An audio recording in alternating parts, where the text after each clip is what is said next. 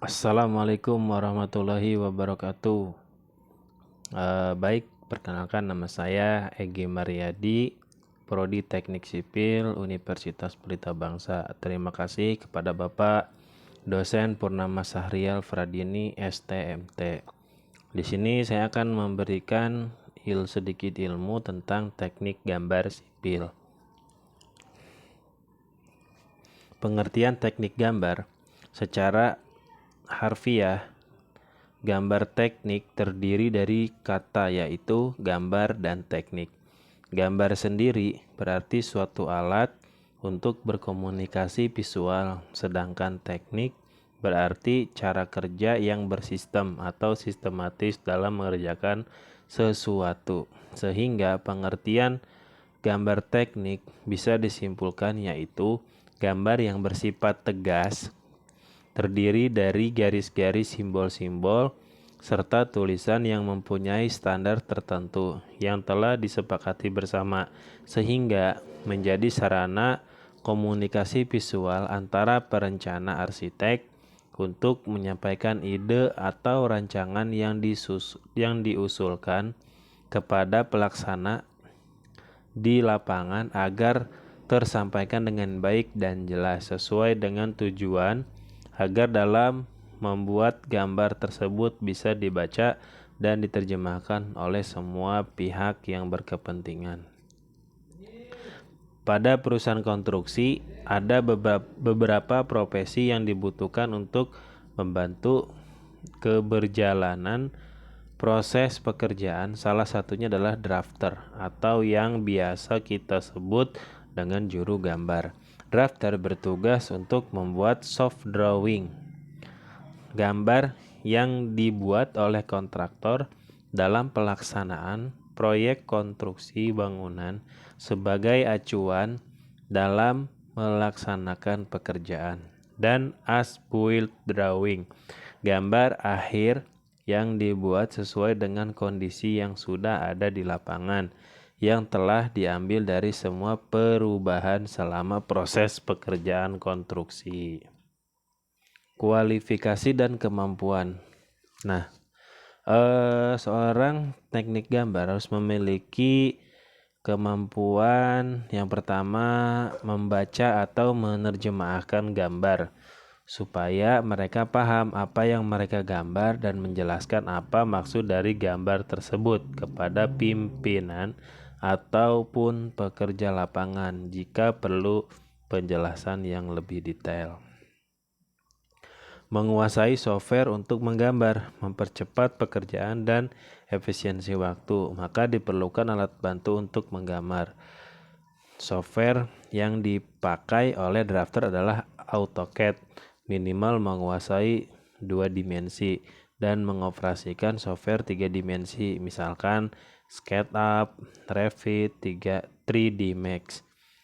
Nah, yang ketiga adalah berkomunikasi dan berkoordinasi dengan atasan maupun tim untuk menyampaikan gagasan maupun berkoordinasi dalam suatu pekerjaan. Maka dari itu drafter pun harus memiliki kemampuan tersebut untuk memperlancar pekerjaan dan meminimalisir kesalahan di lapangan.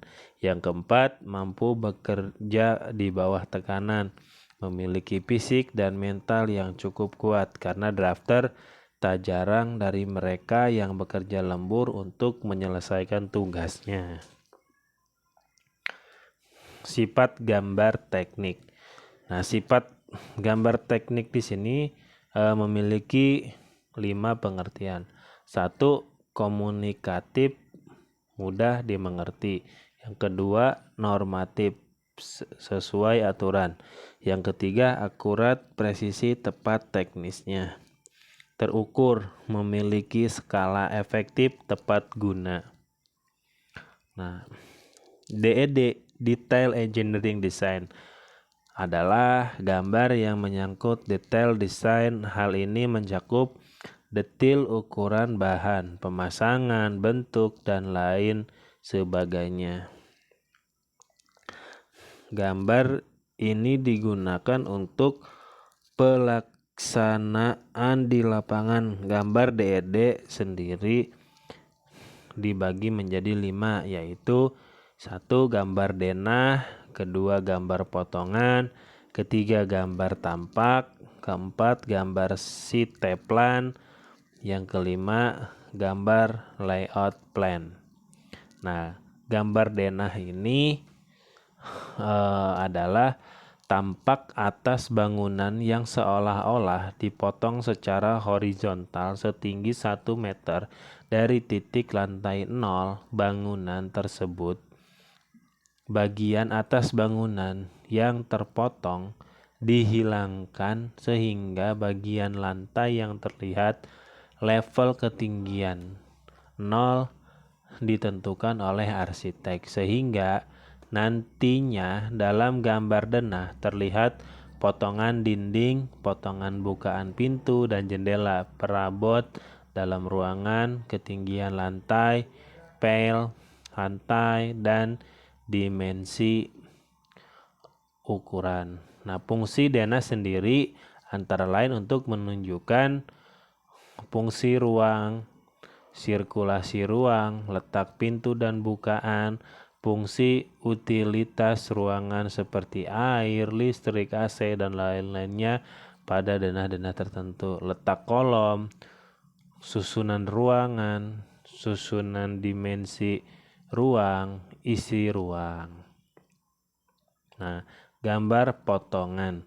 Gambar dari suatu bangunan yang dipotong vertikal dan memperlihatkan isi atau bagian dalam bangunan tersebut, bagian bangunan yang dipotong serta arah pandangnya disertakan dalam denah agar gambar keseluruhan dapat dibaca secara komprehensif. Nah, fungsi gambar potongan antara lain untuk menunjukkan 1. Struktur bangunan, termasuk pondasi, kolom, slope, balok, dan atap. Yang kedua, dimensi tinggi ruangan. Nah, di sini juga saya tampilkan contoh seperti ini ya, lampiran gambar potongan. Nah, yang ketiga, gambar tampak. Wujud luar fisik bangunan yang tampak secara 2 dimensi. Gambar tampak dapat digambar secara plane atau ditambah efek bayangan untuk mempertegas dimensi atau maju mundurnya bidang pada bangunan. Arah pandang untuk gambar tampak sendiri tidaklah pasti, bisa disesuaikan arah mata angin, tampak utara, tampak timur, dan lain-lainnya sesuai view tertentu sebagai tampak dari danau, tampak dari jalan raya, dan sebagainya. Selain itu bisa juga hanya dinamai tampak A, tampak B, dan seterusnya sesuai keinginan arsitek yang ditentukan juga pada denah. Gambar siteplan. Nah, gambar siteplan ini adalah gambar tampak atas bangunan yang disertai dengan lingkungan sekitar, menunjukkan masing perencanaan penempatan bangunan di lingkungan sekitar. Nah, di sini juga sudah saya berikan contohnya untuk gambar siteplan. Nah, gambar layout plan. Layout plan adalah denah bangunan yang disertai dengan lingkungan sekitar, menunjukkan orientasi pintu dan jendela terhadap lingkungan sekitar. Nah, pada layout dan side plan, orientasi gambar berdasarkan arah mata angin karena berhubungan dengan orientasi kawasan. Arah utara selalu berada di atas. Nah, kesimpulan dari saya, selain tugas spesifik di atas, ada beberapa daftar pada perusahaan tertentu yang memiliki tugas tambahan seperti merangkap sebagai estimator, quantity surveyor, maupun membantu beberapa pekerjaan admin karena ada kemungkinan keterbatasan sumber daya yang dimiliki. Nah, satu, dengan gambar teknik kita bisa belajar untuk menyampaikan informasi dari si gambar. Yang kedua, melatih kita untuk bisa berbahasa teknik. Yang ketiga, melatih kita untuk bertindak lebih teliti sehingga dapat diperoleh gambar teknik yang sempurna. Yang keempat, dengan belajar bahasa teknik, kita diharapkan bisa merancang benda yang akan dibuat. Nah, maka dari itu istilah gambar bukan hanya jurusan arsitektur dan sipil gambar, teknik, namun bisa ditemui di jurusan teknik mesin, teknik industri, teknik elektro, dan lainnya. Sebenarnya, apa definisi dari gambar teknik? Terutama gambar teknik di bidang arsitektur dan teknik sipil. Nah, mungkin cukup sekian pembahasan materi tentang gambar teknik dari saya.